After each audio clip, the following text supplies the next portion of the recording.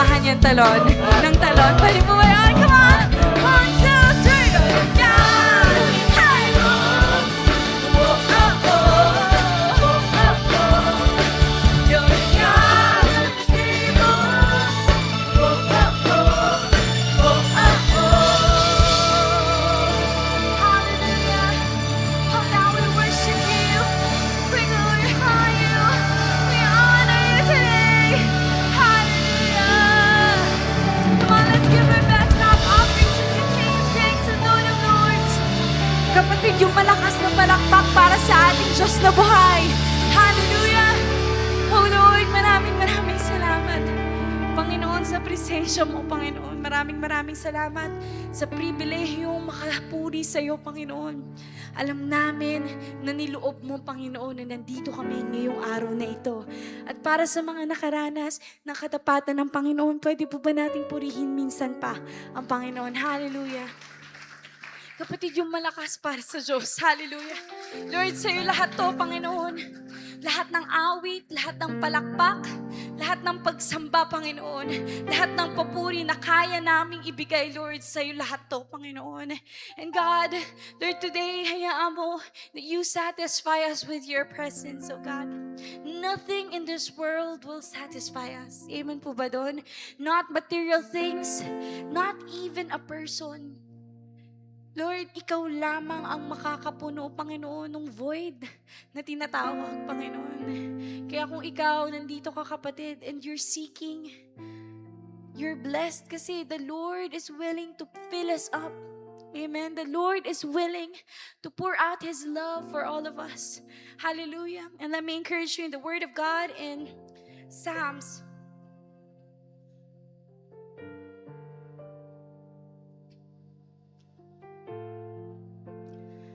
Oh God, Lord, hayaan mo, Panginoon, that you fill us up, oh God. That you would feel the longing soul, that you would feel the hungry soul, Panginoon.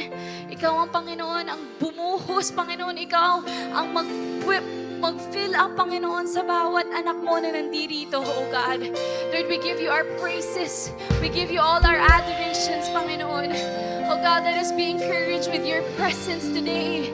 And Lord, hayaan mong papurihan ka lamang namin. Sambahin ka lamang namin, Panginoon. Come on, can we give our God our worship today? Lift up your voices. Lift up your praises.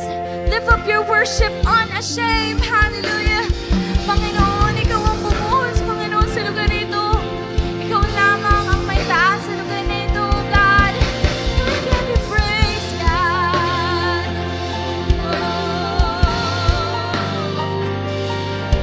Oh, we give our God our praises today. Hallelujah. Hallelujah.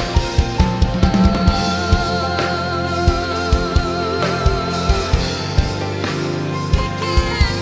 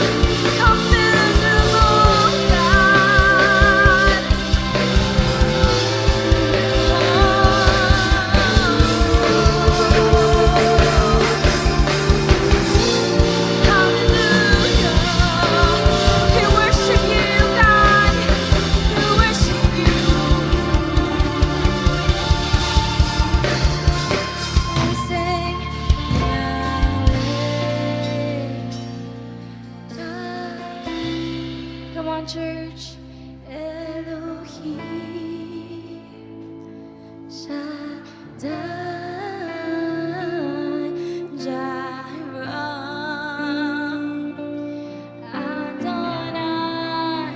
will manifest himself.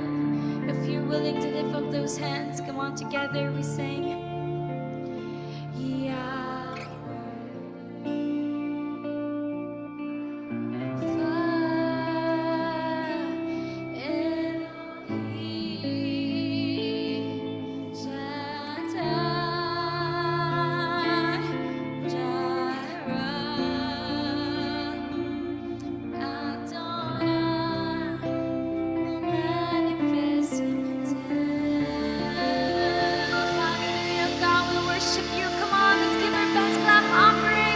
To the King of Kings and Lord of Lords. Hallelujah, hallelujah, hallelujah. Oh God, we worship you. Thank you, Lord, for your presence in this place, Panginoon. Thank you for your Holy Spirit, oh God. Lord, patuloy kang maitaas sa lugar na ito, Lord. And hayaan mo gamitin mo yung salita mo, Panginoon. Use your word, oh God, to transform us, oh God. And Lord, hayaan mo na ang atensyon namin ay sa iyo lamang ngayong araw na ito. Patuloy kang maitaas sa lugar na ito, oh God. We lift you high, we give you thanks. And this all we pray in the mightiest name of Jesus we pray. Amen. God bless you.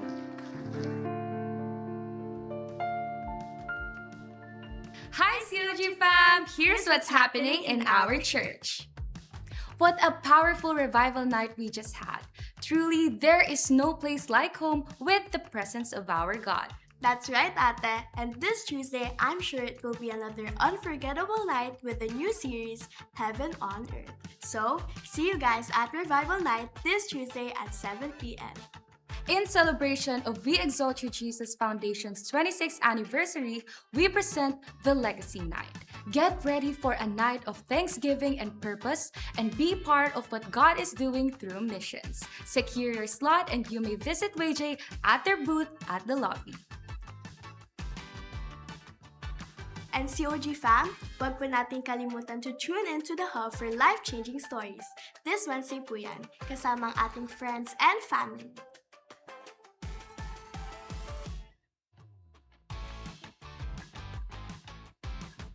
At sa darating na Kapaskuhan, tunghayan natin kung paano muling maiilawan ang madilim na daan. Sino nga ba ang ating magiging tanglaw kapag tayo ay nawawala na ng pag-asa? Alamin ang sagot this December 24 sa ating Christmas Cantata. Sa ating pong CLDP students, please take note of the schedule of your baptism, LSS, anointing service, leaders lunch fellowship, and graduation.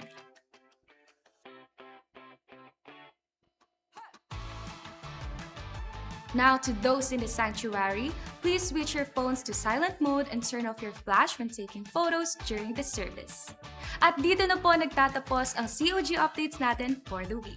And we hope that you are now ready to receive the Word of God. This has been Janella And Giselle, saying goodbye for now, COG fam. See ya! Sige po, palakpakan natin ang ating Panginoon. Bigyan natin yung best clap offering natin para sa ating Panginoon. Hallelujah. Good evening, everyone. Magandang gabi po sa inyong lahat. Pwede po bang pakibati niyo po ang inyong mga katabi? Magandang gabi. Amen. Praise the Lord. Bless ho ba tayo sa gabing ito? Amen. Hallelujah. So welcome to our church, mga kapatid. At kung bisita po namin kayo ngayon, nais din po namin kayong i-welcome. Nais po namin kayong makilala. Pwede ho ba naming maanyayahang pataas po ng mga kamay sa mga bisita po namin ngayon? Meron po ba? Salamat po. Wow, thank you so much po for coming. Ayan. At salamat po sa pagdalaw nyo po. At nawa, hindi po to ang first and last na tayo po ay magkikita. Balik po kayo for the next Sundays. Huwag po kayong mahiyang bumalik po rito. Open po ang COG Silang Vista Mall para sa ating lahat. Amen. At salamat din po sa mga nag-i-invite. May the Lord bless you. Announcement lang po sa mga kabataan.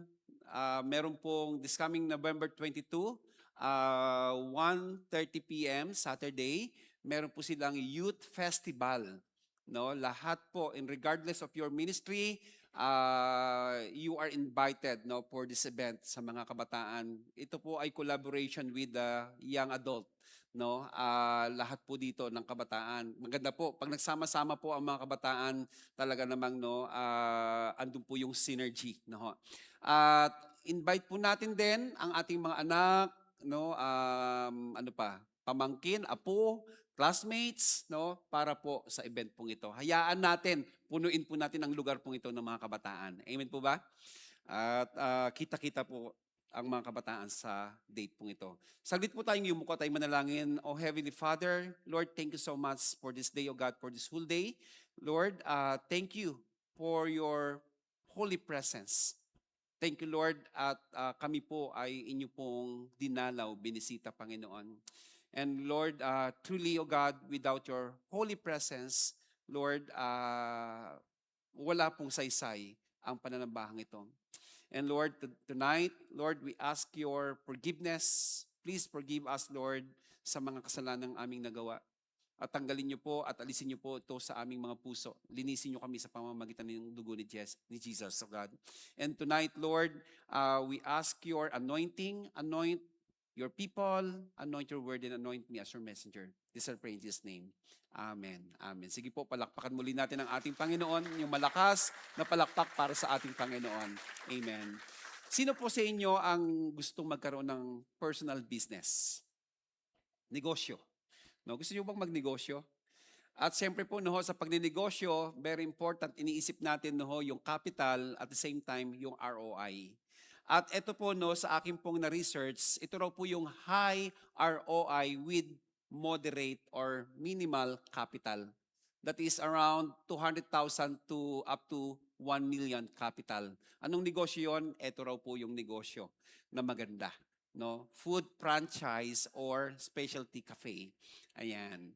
No? Sorry po na yung picture po nung inyong nasa baba, no, inilagay po lang namin. Okay, at speaking of ROI, siguro no, kung ito po ay i-relate natin sa paglilingkod natin sa ating Panginoon, gusto rin nating maranasan yung alin? The heavens ROI, no? The heavens ROI. Pero ngayon po no, we are living in this world at ang mundong ito no, this world teaches us to una, to accumulate more, to have more, to earn more, and to hold more. Yan po ang no, gusto ng mundo na yan po ang ating mindset. Yan po ang maging laman ng ating puso. Pero ang ating Panginoon ay nagtuturo saan ba tayo dapat mag-invest. At kung meron po kayong Bible, please open your Bible in Matthew 6:19 to 21. Very familiar po ito ang katuruan ng ating Panginoon. Sabi po sa verse 19, do not store up for yourselves treasures on earth where moths and vermin destroy and where thieves break in and steal. But store up for yourselves treasures in heaven where moths and vermin do not destroy and where thieves do not break in and steal. For where your treasure is, there your heart will be also. So, balikan natin yung verse 19. Ang sabi rito ng Panginoon, do not store up for yourselves treasures on earth.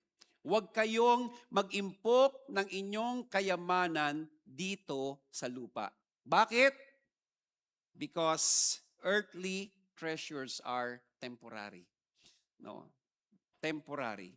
Lahat ay mawawala. No? It will fade. At alam niyo po, no, everything on earth fades. Una, yung ating pong mga possessions, no, possessions breaks. Pwedeng kapapatayo mo lang ng bahay, ayun, kinain na ng anay at kalawang. No? Wala na. Ganun din, even our beauty fades. No? Siguro, nung high school ka, may classmate kang kapogi-pogi. Ang ganda-ganda. Nung nag-reunion kayo, ha? No, ikaw na ba yan? No, nagbabago po ang hitsura ng tao. Ayan. Even the celebrities no, nagbabago po ang kanilang kumukupas, ang kanilang kagandahan. Ano pa? Success passes. Ngayon, naging achiever ka, di naman masama, no? Siguro ikaw ay naging summa cum laude. Siyempre papalakpakan ka ng tao. But after a year, nakalimutan ka na. Wala na po 'yun, no? Wala na po ang lahat ng 'yon. Alam niyo po, meron pong isang very rare na car.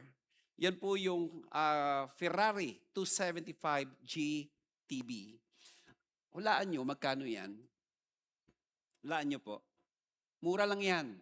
Yan po ay nagkakahalaga lamang na $4 million. Sa peso, that is 235 million pesos. Pero, very expensive car, no? Very, napakamahal, very precious, no? Pero ano nangyari? For 27 years, siya po ay inabandon. Hindi ko po alam anong reason, no? Pero kahit pala napakamahal ng isang bagay sa mundong ito, minsan nawawala ng halaga. Ganun din, meron pong isang American businessman, siya po ay si William Wyckoff. No, William Wyckoff. Siya po ay, sabi diyan, he was an American businessman who helped establish the Remington Typewriter Company. Siya po ang nag-establish niyan. At minsan, siya po ay nagpatayo po siya ng mansyon. No? Yan ay tinatawag na Wyckoff Villa or Villa. Okay? At ito po ay tinayo niya noong 1890s sa halagang $100,000. Siyempre, during that time, abay malaking amount po yan, no, yung $100,000. Pinatayo po niya ito at ito po ay taon po siya tinayo. Pero alam niyo po ito, siya po ay 11 bedrooms, no. Nung ito po ay natapos, itong mansion pong ito, ano po nangyari? Sabi po diyan, no, he reportedly died in his sleep of a heart attack on his first night in his lavish, newly completed home noong 1895. First night niya doon sa kanyang mansyon, pambihira na heart attack naman. At yun po ang kanyang kinamatay. Hindi na po niya na-enjoy yung kanyang mansion. Nalala ko po ang sabi ng ating Panginoon, sa kwento ng ating Panginoon. Merong isang tao na nag-ani ng sagana at nung siya po ay nakapag-ani ng sagana, sabi niya, anong gagawin ko? Ganito, gigibain ko yung aking kamalig, magtatayo ko ng mas malaki upang magkasya lahat ang aking mga aanihin. At anong gagawin ko? Ako ay magpapakasaya. Pero sabi ni Lord, you fool, hangal ka. Bakit? Ngayong gabi, babawian na kita ng buhay. So, maging ang buhay natin, ay hindi po permanente sa mundong ito. Okay? So, ngayon, sabi po dyan, focusing too much on what doesn't last will only leave us empty when it is gone. Kapag tayo po ay sobrang nagbigay ng attention or nagbibigay ng attention sa mga pangsamantalang bagay lamang sa mundong ito, madidisappoint ka lang, kapatid. No? Feeling mo empty ka kapag nawala yung mga bagay-bagay pong yan. Kaya marami pong meron pong anxiety, depression, nabalitaan ko po ngayon sa mga kabataan, marami pong mayroong mental health issue. Bakit? Na mali ng focus Nagfo-focus sa mga material things or worldly things. Di ba? Yung iba nga po, sila ay nagkakaroon ng mental disorder or problem dahil sila po ay gaya-gaya sa kanilang mga classmates. Pag yung classmate nila depressed, makikidepress din po sila. Wow. Imagine, nabalitaan natin lately lang, anak po ng isang celebrity, na isang broadcaster. Imagine at age 19, kinitil niya ang kanyang buhay. Feeling niya hindi siya maganda. So kung ano man po ang ating kalagayan, feeling mo lang yan, kapatid. Sa halip na nagpo-focus ka sa sarili mo, mag-focus ka kay Lord. Amen po ba?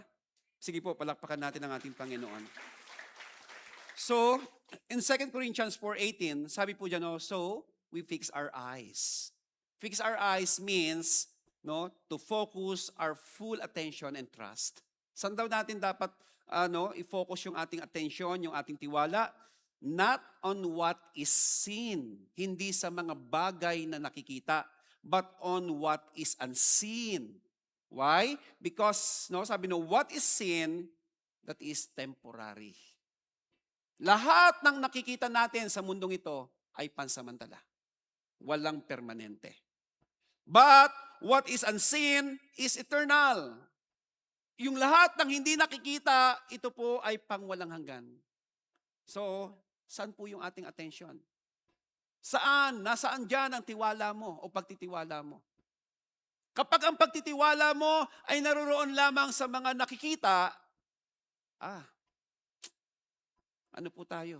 No, guguho buhay mo pag nawala po yan. Kaya nga, sabi rin sa Proverbs 23:4-5, do not work so hard to become rich that make yourself ill. Masama bang yumaman? Di naman. Pero kung dyan muna, nagkakasakit ka na, pagkagising mo, maagang maaga, late at night, doon ka na natutulog, o hindi ka na nga natutulog. From Monday to Sunday, wala ka nang inatupag, kundi kumayod ng kumayod para yumaman, diyan ka na nagkakamali. And one day, magkakasakit ka. Pero sabi diyan, be wise and rest when you need to. Kailangan ba natin ng rest? Kailangan mo ba ng rest, kapatid? Salamat, no, merong Sunday, nakakapag-rest po tayo sa presensya ng Diyos. Tama ho ba? Nakakapag-rest po ba tayo? Ang sarap umawit kay Lord, no, pag uwi natin, magaan ang ating kalooban. Di ba? At sabi pa nga dyan, no, your money can disappear very quickly. Our money is like, sabi nga dyan, no, it is like an eagle. Para siyang may pakpak. Sino kasweldo lang kahapon? Pero ngayon wala ng pera. No? Kasi sweldo mo lang. Ang laki-laki ng kita mo, pero parang lumilipad lamang, no, yung ating mga kinikita. Alam niyo po, meron pong very well-known celebrity, Pilipino po siya, walang iba kundi si Chris Aquino. Siya po ay nabansagang the queen of all media. Talagang ano po siya, no? Siya po yata yung pinaka-highest paid, no, sa larangan ng, ano nga ba yan, talk show, no, sa mga ads. Siya po ang highest paid, no, si Chris, nung kasagsagan po niya. At alam niyo ho ba yung kanyang net worth, siya po ay nasa $10 million. That is, sa conversion po, no, nasa 587 million pesos. Ganyan po kalaki yung kanyang net worth. But sad to say, what happened to her? Eto po siya. Physically, affected po siya. Meron siyang mga chronic illness or illnesses. Ang dami niyang sakit na hindi po ma-detect kung anong klaseng sakit. At sabi sa rumor lang naman to, no, siya po ay, she was spending about 1.5 million a day for her medication. Imagine nyo, parang totoo yung verse, no? Para lamang may pakpak ang pera. Imagine mo, kailan pa siya may sakit. Kung totoo yung rumor, no, na 1.5 million a day, abay, taon na yata siyang may sakit. Ay di halos maubos din yung kayamanan. Kaya ako titingnan niyo po, no, mas okay pong simpleng buhay. Amen po ba? Pakisabi mo sa kapatid mo, simple lang ang buhay, kapatid. Don't make it complicated. Amen po ba? No? Be wise, mga kapatid. Simple lang ang buhay. Okay? So, sabi po ng Panginoon, kaya sabi niya dyan, but store up for yourselves treasures in heaven. Sabi ng Panginoon, no, huwag tayong mag-impok ng kayamanan sa lupa. Sa halip, mag-impok tayo ng kayamanan doon sa langit. Bakit? Kasi ang kayamanan sa langit, the heavenly treasures are eternal. Ang tanong, pastor, asan ba? Paano ako mag-iimpok? Nasaan ba ang bangko ng langit? Alam niyo ba kung saan ang bangko ng langit? Alam niyo ba? Pakituro niyo naman sa akin. Saan ho ba? Pero may sinasabi ang Bible, no, paano ba tayo mag-iimpok ng kayamanan sa langit? Sabi nga rito, no, when we give, serve, forgive, and obey God, we are investing in heaven's bank. At yan po ay hindi po yan mawawala, hindi po yan, hindi ka malulugi. At paano mo gagawin yan? No, every act of kindness, sacrifice, and faith is an eternal investment with divine ROIs. Okay? Kindness. Ano ba yung kindness sa Tagalog? Kabaitan. Tanong yung mga katabi mo, mabait ka ba? Yung kabaitan ho pala, no, nag-i-invest ka sa langit kapag ikaw ay isang taong mabait. Kindness, sacrifice o sacrifices. Nagsasakripisyo ka para kay Lord, sakripisyo ka para sa kapwa-tao mo. That is investment, no? And what else, no? Yung ating pong faith. Kahit ano pang mangyari na nanalig ka kay Lord, hindi ka bumibitaw sa pananampalataya mo, investment pala natin yon. That is our eternal investment. Amen? Sige po, palakpakan natin ang Panginoon. So, in Hebrews 13:2, sabi po dyan, no, don't forget to show hospitality to strangers. Alam niyo po, pag meron pong mga strangers no, na-encounter tayo, minsan ang ating pong response, no, ini-ignore natin sila. Pero huwag natin gagawin yun kasi sabi no, for some who have done this have entertained angels without realizing it. Yung pala, pag ginawa mo yun, hindi mo alam, tinitest lang po tayo ng Panginoon. Yung pala, anghel ni Lord yan, mukhang gusgusin lang. No? Nagmumukhang gusgusin lang. Minsan may pumunta po sa amin, sa bahay namin, mga badyaw. At sila po ay kumakatok dun sa gate. Namalayang ko po, matagal ko silang namalayang kumakatok. At syempre, grupo kasi sila, marami po sila, mga kalalakihan. Sabi nila, kuya, palimos naman. Unang pumapasok sa iba, parang tayo din, no? Sindikato to. Yun ang naiisip natin. Pero sabi ko, kuya, nataon po talagang, wala kaming cash at the time. Sabi ko, wala po Kahit pagkain, kuya. Di hanap ako ng hanap ng pagkain. Ang meron po kami, yung tirang kanin. Binigay ko po. Talagang pambira. Umupo doon sa isang tabi at kinain nila, gutom na gutom. Kuya, pingirin ng tubig. Ilang pitchil na yung binigay ko. Abay, ubos na ubos. Sobrang gutom. Alam nyo, hindi ko naman sinasabi, pag may kumatok sa bahay nyo, papasukin nyo agad sa kwarto nyo. Mabubudol-budol po kayo. Hindi naman ganon. Be wise naman. No, maging wise naman po tayo. Pero, maging bukas palad po tayo. Amen po? Don't forget to show hospitality to the strangers. Amen po ba? Sige po, palakpakan natin ang ating Panginoon. Kaya, anong sabi ni Lord? For where your treasure is, there your heart will be also.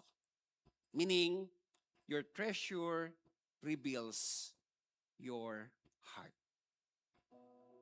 Kung nasa saan daw ang ating yaman, malimit, naroon din ang iyong puso. Siyempre, kung saan yung kayamanan mo, malimit yun yung priority mo. Kaya nga, sabi dyan, what we prioritize shows where our heart truly belongs. Malimit na ang laman ng puso mo. Yan ay, kung ano yung laman ng puso mo, yan yung pamumuhay din natin. Okay? Kung ano yung priority natin sa buhay natin. Kung priority mo pera, di wala ka nang inisip, kundi puro pera. Wala ka nang ginawa. Yung oras mo, dyan mo na ginugugol ang oras mo. Kung priority mo yung trabaho mo, wala ka nang ginawa kundi magtrabaho na magtrabaho. Kung ang priority mo yung crush mo, di wala ka nang ginawa kundi puro yung crush mo na lang nasa isip at puso mo. Di ba po? Pero salamat, andito ka ngayon, kapatid. Siguro marami po namang mga distractions sa atin bago ka nagdesisyong sumimba ngayon. Amen po ba? Pwede mo bang pasalamatan yung katabi mo? Pakisabi mo, salamat, pinili mo na ikaw ay nasa tahanan ng Diyos. Amen. Saglit nating iniwan ang mga bagay-bagay sa ating bahay o siguro yung iba, sinara mo muna yung business mo kasi priority mo ang Panginoon. Amen? So kung priority mo ang Panginoon, sabi nga sa Matthew 6:33, di ba? Seek ye first the kingdom of God and His righteousness, and all these things shall be added unto you. Amen? No? Sige po, palakpakan natin ang ating Panginoon. So, if our treasure is in heaven, our heart will follow heaven's values. Kapag raw ang ating treasure ay si Lord, ang gawain ng Diyos, syempre, yung pinapahalaga ni Lord ay papahalagahan mo rin. Kung siya ang treasure mo. Kung siya ang portion mo. Kung siya ang yaman mo, ang Panginoon. Papahalagahan mo lahat ng pinapahalagahan ng ating Panginoon. So ano bang mahalaga sa Kanya? Siyempre, number 1, soul. Mga kaluluwa. Mahalaga sa Kanya ang ating pagmamahal sa Kanya at sa ating kapwa. Mahalaga sa Kanya ang paglilingkod at pagsunod. Mahalaga kay Lord yun. Dapat yan din ang mahalaga sa iyo kung siya ang treasure mo. Okay? Pero kung hindi si Lord ang treasure mo, walang kahalaga-halaga sa iyo yung mga bagay-bagay na pinapahalagahan ng Diyos. Okay? So, paki-evaluate po natin ang ating mga puso. Sabi niya, no, suriin mo ang iyong prioridad. Namumuhay ka ba para sa mga bagay na lumilipas o para sa mga bagay na mananatili magpakailanman? Ikaw ang makakasagot niyan, kapatid. Check your heart. Okay? Paano ka ba namumuhay ngayon? Namumuhay ka lang ba para sa mga temporary things?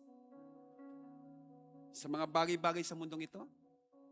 O namumuhay ka para sa pangwalang hanggan?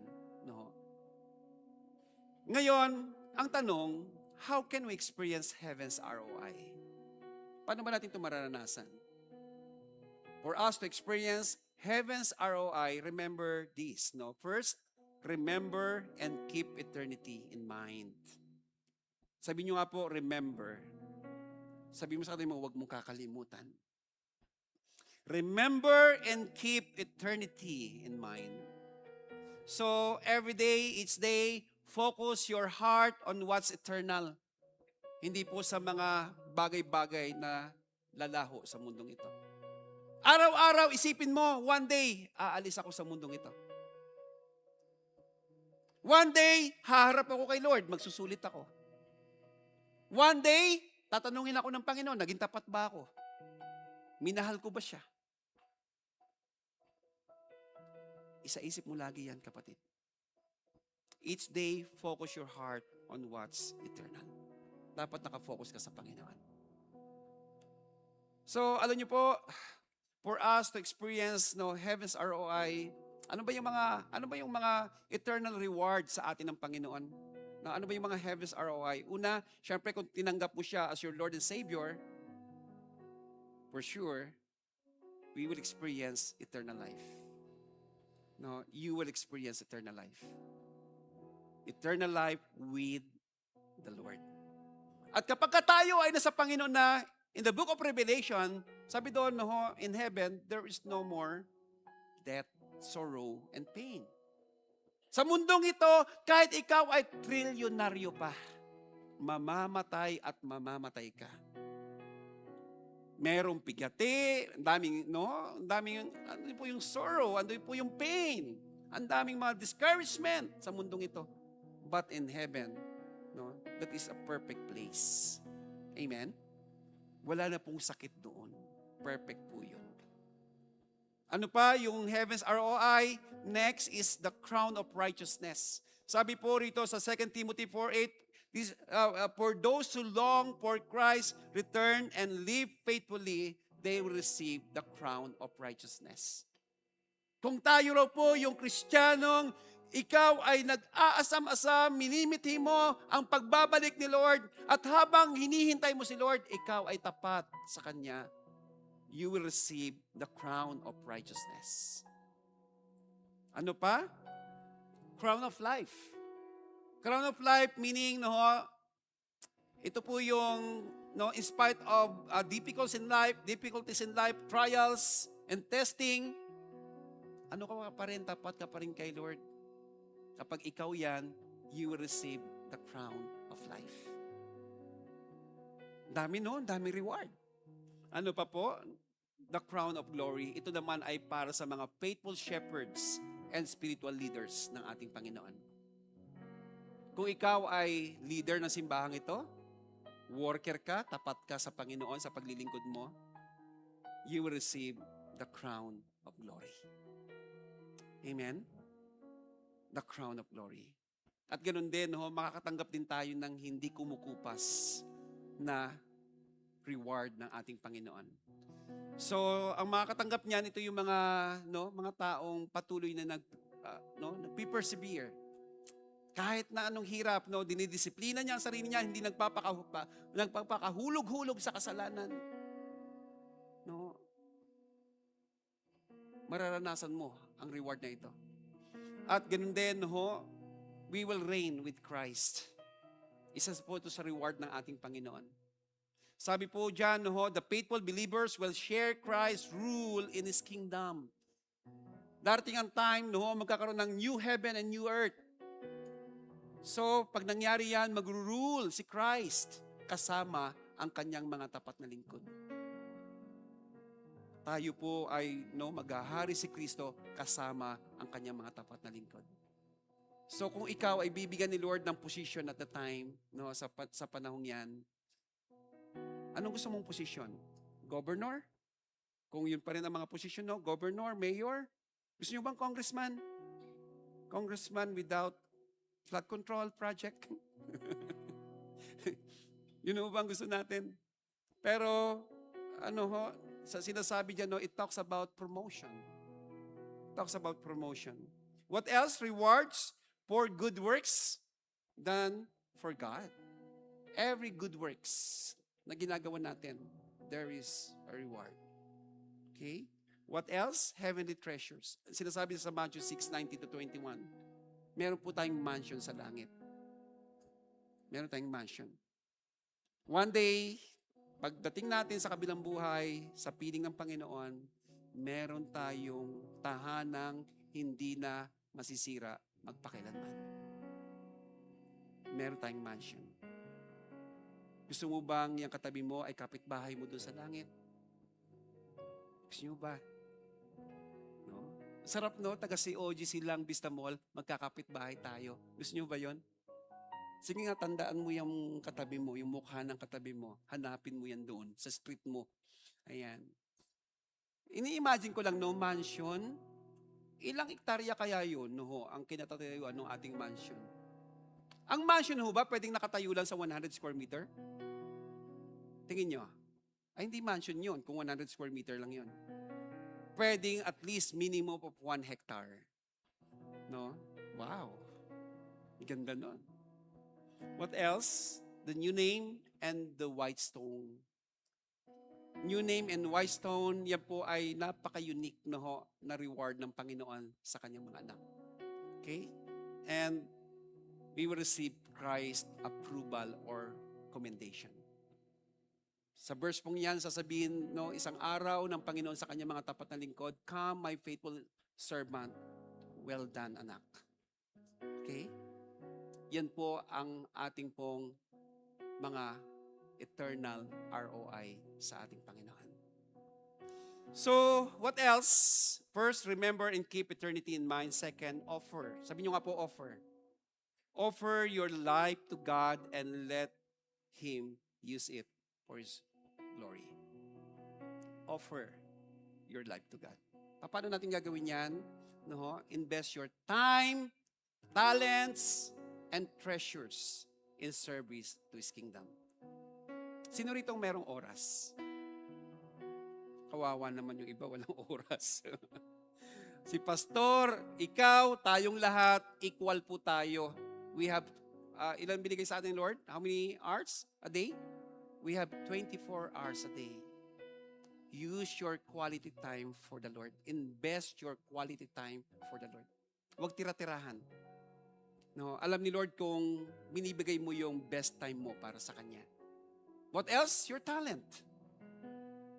Give or use your talent for the Lord, for His kingdom.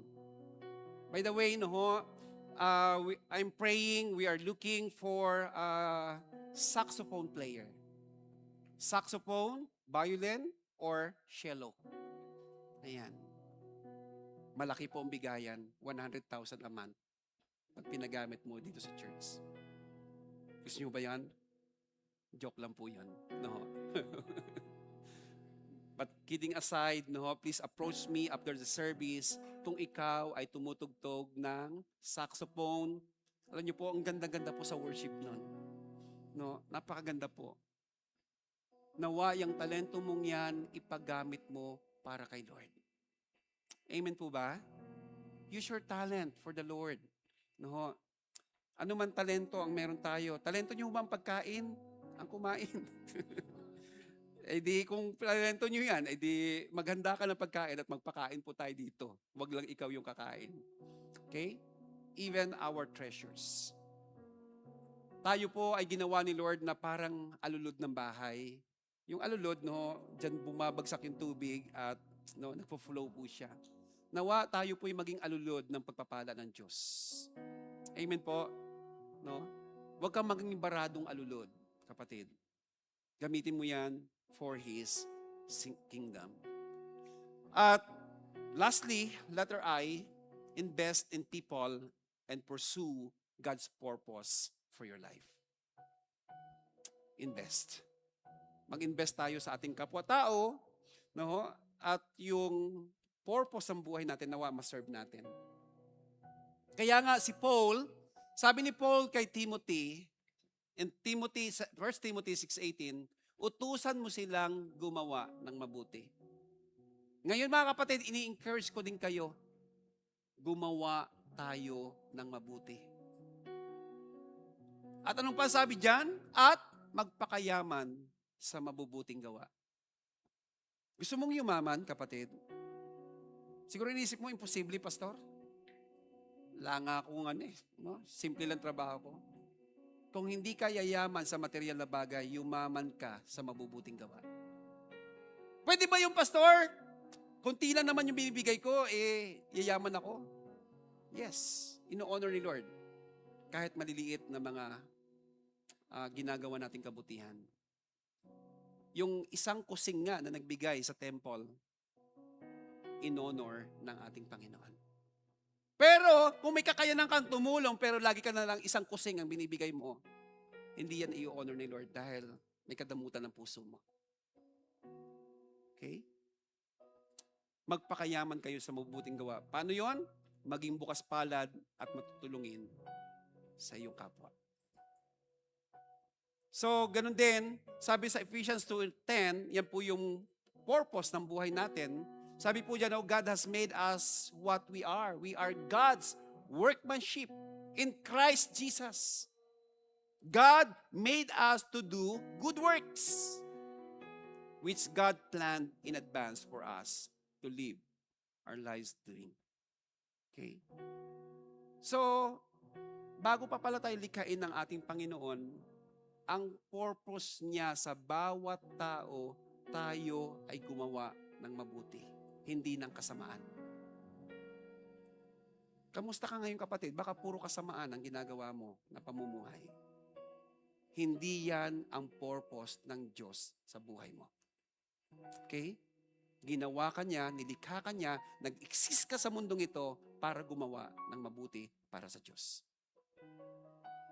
So ngayon, what you give in love, faith, and obedience will have eternal value. Meron pong eternal value po yan. At hindi po nakakalimutan ng Diyos yung ating pong pagmamahal sa Kanya. In last verse, sabi nga po ng Hebrews 6:10, God is fair. God is fair. He's not unfair. No, He's not unfair. He will not forget what you have done. Yung katabi mong yan, gawan mo ng mabuti, maya-maya nakalimutan niya. Nakalimutan na niya yung ginawa mo. Okay? Wala na. Madaling makalimot ang tao, pero ang Diyos hindi niya nakakalimutan. At ano pa sabi diyan? He will remember the love you have shown Him. Church, tanong lang, no, do you love God? Mahal mo ba si Lord? Hindi nakakalimutan ni Lord ang pagmamahal mo sa Kanya. Kung siya ang first love mo, wow, hindi nakakalimutan ni Lord yan. At paano natin papakita na mahal natin yung Diyos? Sabi no, you showed it when you help His people. And you show it when you keep on helping them. So alam niyo po, sa gabing ito, pwedeng tayo po ay nag-i-invest ng buhay natin sa mga temporary things sa mundong ito. Baka dyan mo inuubos ang oras mo, talento mo, resources mo, buong buhay mo. Ngayon, ini-encourage kita kapatid, baka pwede kang mag-shift. No? Ibaling mo sa Panginoon, mag-invest ka para sa Panginoon.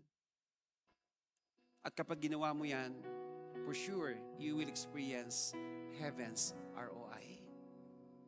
Naniniwala ko na itong reward ni Lord ay hindi lamang panlangit lamang, doon lamang natin may experience. Kahit ikaw ay nabubuhay sa mundong ito, mararanasan mo kapatid, ang pagsama at pagpapala ng ating Panginoon. Pwede ba tayong tumayong lahat, mga kapatid? Kung ngayon sinasabi mo, Lord, I am ready and I am willing to offer my life to you, God. To invest my time, my talent, even my resources, even my treasure for your glory, Panginoon. Gusto niyo bang mag-invest para kay Lord, mga kapatid? Pataas nga naman kamay sa mga gustong mag-invest para sa Panginoon. Salamat po sa mga kamay pong yan. At ngayon, mga kapatid, kung ikaw yung gustong mag-invest para kay Lord at gusto mo maranasan yung heaven's ROI sa buhay mo, I would like to invite you here in front to the altar of God. Come forward. Come. Lapit po tayo. Ialay mo kay Lord. God deserves our service, our worship. Sige po, lapit po tayo sa Panginoon and we will pray for you. Hallelujah.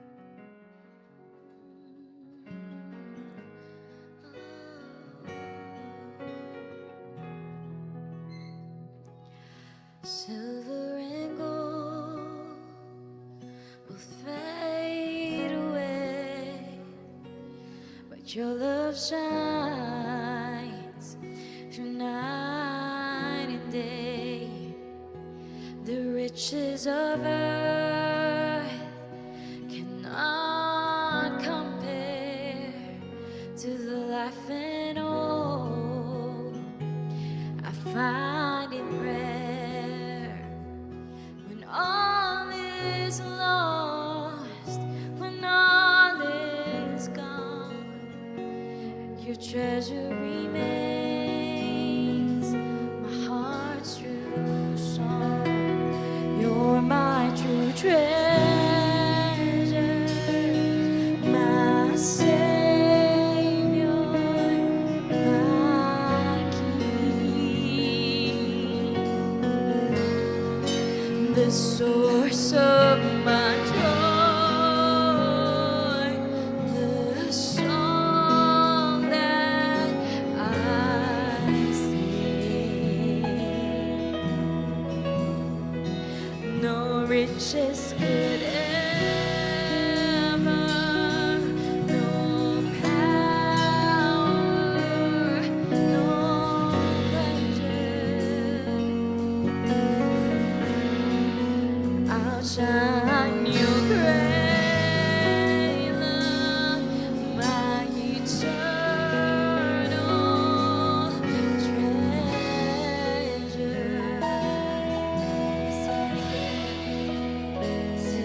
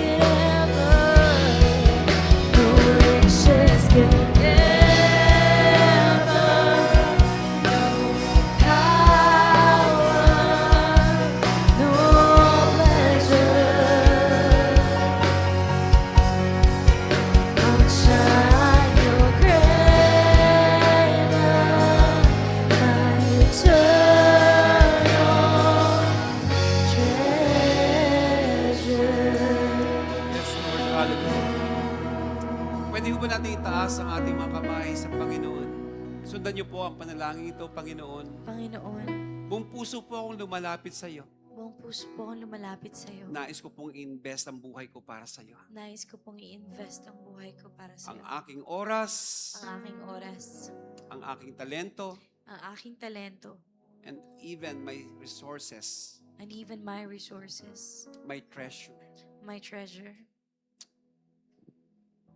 Nais ko po itong gamitin para sa iyo, God. Nais ko pong gamitin para sa iyo, God. Ilagay niyo po sa puso ko Ilagay niyo po sa puso ko ang pagiging tapat.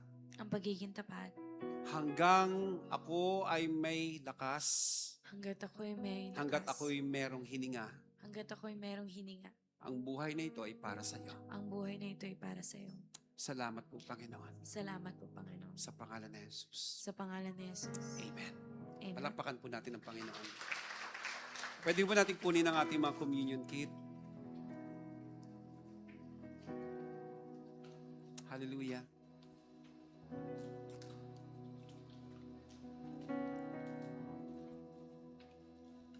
Noong gabing si Jesus ay pinagkanulo, siya ay dumampot ng tinapay, nagpasalamat, at pinagpira-piraso niya ito at kanya sinabi, ito ang aking katawang inihahandog para sa inyo. Gawin niyo to bilang pag-alaala sa akin. Kainin po natin tinapay.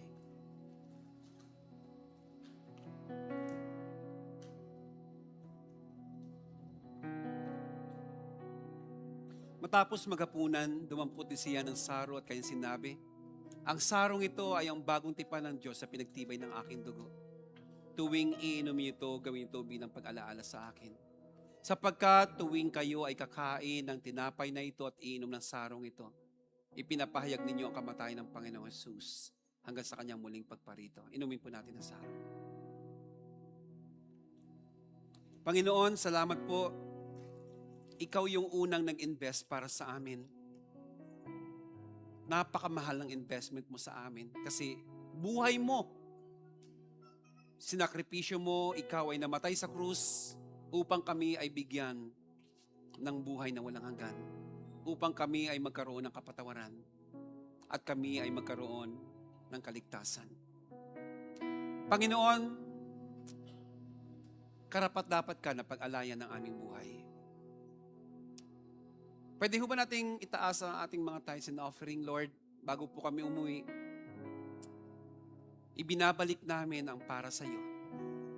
Tanggapin niyo po ito, aming Diyos. Maging kagamit-gamit ito para sa inyong gawain. I-bless niyo po ang aming mga kamay. Pwede niyo pong itaas yung mga kamay na yan. Pagpalain niyo ito, Ama. Pagpalain niyo po ang aking mga kapatid. Buksan niyo po ang langit para sa bawat isa po sa amin, O God. Bless each every one of us, Father. Bless every family. Bless every individual. Pagpalain niyo po ang bawat isa. At sa ating pag-uwi ngayon, baunin niyo ang kalakasan, kapayapaan, at masaganang pagpapala mula sa ating Panginoon. Panginoon, binabalik namin sa iyo lahat ng papuri. Sa iyo pong pangalan lamang, God. In the name of the Father, and of the Son, of the Holy Spirit. Amen. God bless you. See you next Sunday.